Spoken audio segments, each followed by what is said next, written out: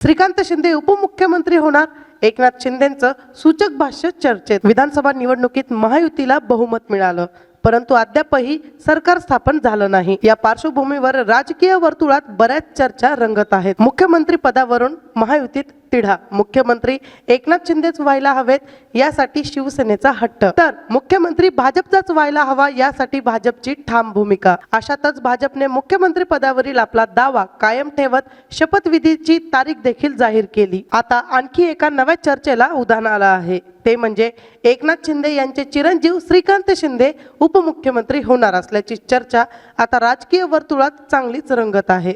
माध्यमांशी संवाद साधताना एकनाथ शिंदे यांना या बाबतीत विचारण्यात आले असता अजून चर्चा सुरू आहेत असं सूचक वक्तव्य एकनाथ शिंदे यांनी केलं। त्याचसोबत शिवसेनेची गृह खात्यासाठी मागणी आहे का असं देखील त्यांना विचारण्यात आलं। त्यावर उत्तर देताना एकनाथ शिंदे म्हणाले की तुम्हीच चर्चा करत असतात, माध्यमांच्या चर्चा जास्त असतात, त्यामुळे तुम्हाला एकच सांगतो की या सर्व चर्चा आहेत। आमची अमित शहा यांच्यासोबत चर्चा झाली, त्यानंतर आमच्या तिघांची म्हणजेच एकनाथ शिंदे, देवेंद्र फडणवीस आणि अजित पवार यांची एक बैठक होईल।